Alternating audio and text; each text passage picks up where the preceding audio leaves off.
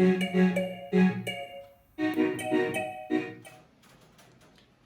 back to my channel, all of you.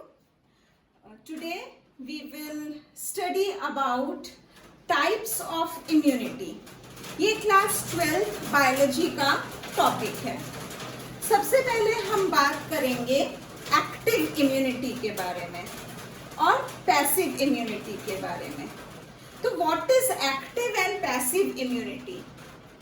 For example, आप एक बीमारी या जिसे हम एंटीजन कहते हैं, आप किसी एंटीजन के एक्सपोजर में आते हैं या कोई एंटीजन आपके बॉडी में एंटर करता है. It may be a living antigen, it may be a dead pathogen also. जब वो आपकी बॉडी में एंटर करता है तो उसके बाद आपकी बॉडी उसके अगेंस्ट एंटीबॉडीज बनाती है. ये प्रोसेस जहां पे आपकी बॉडी एंटीबॉडीज बनाना डेवलप करती है, इसको हम क्या कहते हैं? एक्टिव इम्यूनिटी कहेंगे. Next is passive immunity. एक ऐसी इम्यूनिटी जहां पे बॉडी अपने आप एंटीबॉडीज नहीं बनाती या बहुत धीरे धीरे बनाती हो. ऐसे केसेस में बाहर से एंटीबॉडीज को इंट्रोड्यूस कराया जाता है बॉडी में. I repeat, antibodies are introduced from outside into the body. Such type of immunity is called as passive immunity. सबसे अच्छा एग्जाम्पल पैसिव इम्यूनिटी का कोलेस्ट्रम है. ये कोलेस्ट्रम क्या है? कोलेस्ट्रम एक येलोइश फ्लूइड है जो कि initial days of lactation release होता है मदर की बॉडी से, जिसको कि उसका न्यू बॉर्न बेबी उस पे फीड करता है. इसमें क्या होता है? इस कोलेस्ट्रम में एंटीबॉडी IgA पाया जाता है. This IgA antibody helps the child to develop antibodies. इससे एंटीबॉडीज बच्चे में आ जाती हैं. तो क्या हुआ? ये बाहर से एंटीबॉडी डाली गई. So this is one of the best example of passive immunity. We now proceed to another type of immunity developing mechanism. This is vaccination and immunization. हम सभी लोग इंजेक्शंस लगाते हैं और हम सभी ने बचपन में अपने आप को इम्यूनाइज भी किया है. अब क्या डिफरेंस है दोनों के बीच में? पहला, वैक्सीनेशन, ऐसा तरीका जहां पे हमें इन्फेक्शन हो गया है, that means the antigen has already entered into our body and then our body is not able to cope up properly, और जितने एंटीबॉडीज हमारी बॉडी को बनाने हैं उतने एंटीबॉडीज हमारी बॉडी नहीं बना पाती है. तब हम क्या करते हैं? वैक्सीनेशन करते हैं, जिससे कि एक्स्ट्रा एंटीबॉडीज हमारी बॉडी में हो सके. Next is immunisation. इस प्रोसेस में क्या होता है? हमारी मेमोरी का यूज किया जाता है. कैसे? इम्यूनाइजेशन में या तो कम इफेक्टिव या फिर dead pathogens are added into the body. That is, antigen को ही बॉडी में डाला जाता है. फिर ये जो एंटीजन जैसे ही बॉडी में आएगा, what will body do? Body will automatically form antibodies against these antigens. Body इनके अगेंस्ट एंटीबॉडीज बनाएगी. अब जब कभी सच्ची में या फिर नॉर्मल कंडीशन में अगर वही पैथोजन, अगर वही एंटीजन बॉडी उसके एक्सपोजर में आती है, तो क्या होगा, now body is better prepared to fight with that antigen. Already body has developed some antibodies and further more antibodies will be quickly developed by the body. क्योंकि बॉडी यहाँ पे क्या गेम खेल रही है, मेमोरी गेम खेल रही है. बॉडी को पता है पहले भी ऐसा एंटीजन आ चुका है, मैं पहले भी एंटीबॉडी बना चुका हूं, कोई बात नहीं, अब ये एंटीजन थोड़ा और ताकतवर है तो मुझे थोड़े और एंटीबॉडीज बनाने हैं. So by doing this, body is better prepared of to fight with the given pathogen or with the given antigen. We next move to allergies. अब ये एलर्जी क्या है? एलर्जी हमारे बॉडी का एक इम्यून रिस्पॉन्स है. फर्स्टली ये समझने की जरूरत है that allergy is not a disease. ये कोई बीमारी नहीं है.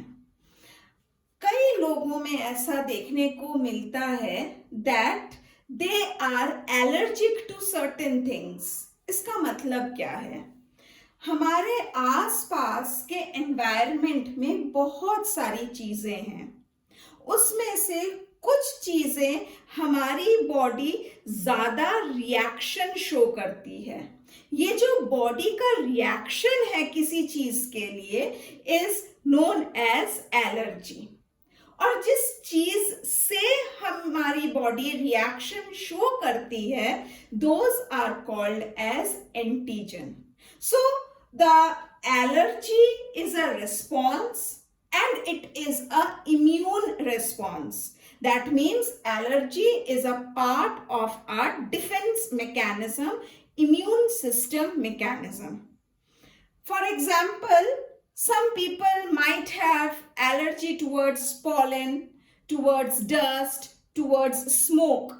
किसी को है, किसी को नहीं है. So for them, those who have allergy to them, pollen, dust and smoke acts as a antibody. And इसके against हमारी body antibody बनाती है which is IgE. एंटीजन क्या क्या है, pollen, dust और smoke. और इसके against body हमारी एंटीबॉडी बनाती है that is IgE type of antibody is produced by our body. इस एलर्जिक रिएक्शन को दबाने के लिए, जिससे कि हम बेटर फील करें, ड्रग्स आर गिवन. यहाँ पे ड्रग्स का मतलब नशीली चीजें नहीं, यहाँ पे drugs means medicines. Medicines are given. तो ये ड्रग्स किस फॉर्म में, एक बहुत अच्छा एग्जाम्पल है इसका histamine. Histamine is mostly used to reduce the effect of antigen which has already started the allergic reaction in the body. We now proceed to the next topic, that is autoimmune. क्या मतलब होता है autoimmune का? Let us divide the term. Auto means self, मतलब जो अपने आप से हो. ऑटो स्टार्ट गाड़ियां होती है ना, जो सेल्फ स्टार्ट होती हो, so auto. And immune means defence. That is जो हमारी बॉडी, अभी तक जो हम पढ़ते आ रहे हैं बार बार, that is the defence mechanism. कभी कभी क्या होता है, बॉडी अपने ही सेल्स के अगेंस्ट इम्यून हो जाती है.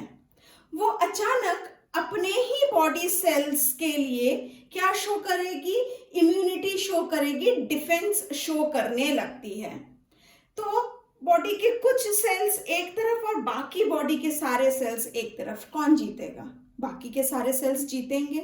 तो जो कुछ सेल्स हैं वो या तो मर जाते हैं या उनका फंक्शन डिफंक्शन होने लगता है. इसका एक बहुत अच्छा एग्जाम्पल है rheumatoid arthritis.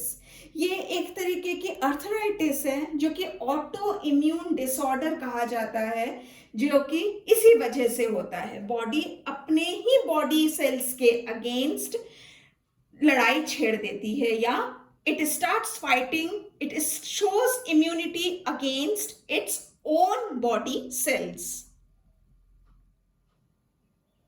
We now proceed to the last topic of this, or last segment of this topic, that is immune system of the body.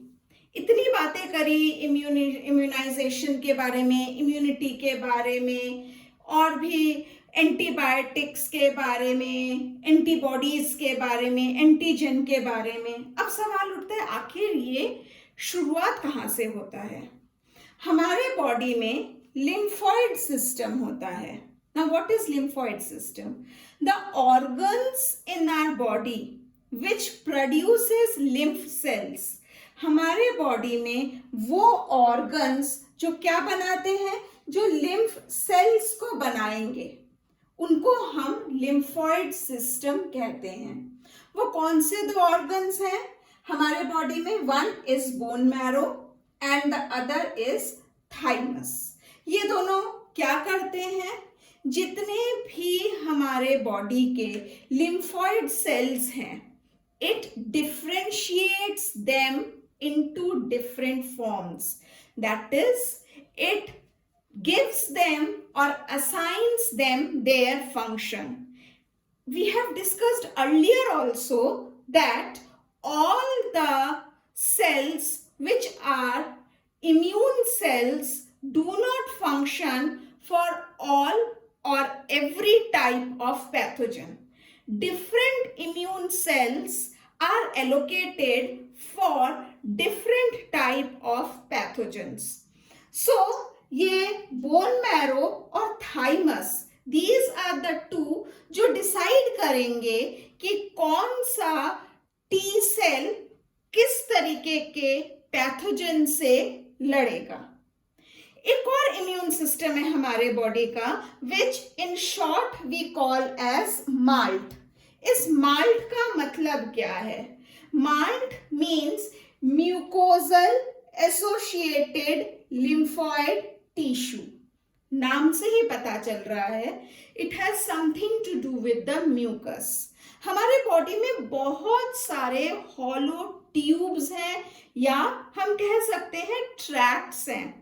जैसे हमारे रेस्पिरेटरी सिस्टम में ट्रैक्ट है, हमारे डाइजेस्टिव सिस्टम में ट्रैक्ट है, हमारे excretory system में tract या पाइपलाइंस जिसे हम कहते हैं पाए जाते हैं. इन सभी ट्रैक्ट्स और पाइपलाइंस के अंदर, that is inner lining of them, we have, if suppose this is a tract, इस ट्रैक्ट के इनर लाइनिंग में, here in this inner lining, what we have mucus coating. वहां पे क्या होगा? mucus की coating होगी. This mucus protects again us from different pathogens. It protects us from various kind of infection. तो एक तरह से हम कह सकते हैं, we can say that these mucus coatings help us to protect, so acts as a defense mechanism. So this is where we come to the end of today's video. Do go through my video. Hope it will help you to understand the things in a better way, in an easier way. And if somewhere you like my video, then do press the like button, do subscribe my videos, do share my videos, also continue with commenting that what new things you want me to upload. And we are, as I always say, that sharing is caring. We are sharing knowledge here. The more we share knowledge, the more we enhance our knowledge. So with this, happy sharing, happy studies, happy subscribing, and stay happy. Thank you.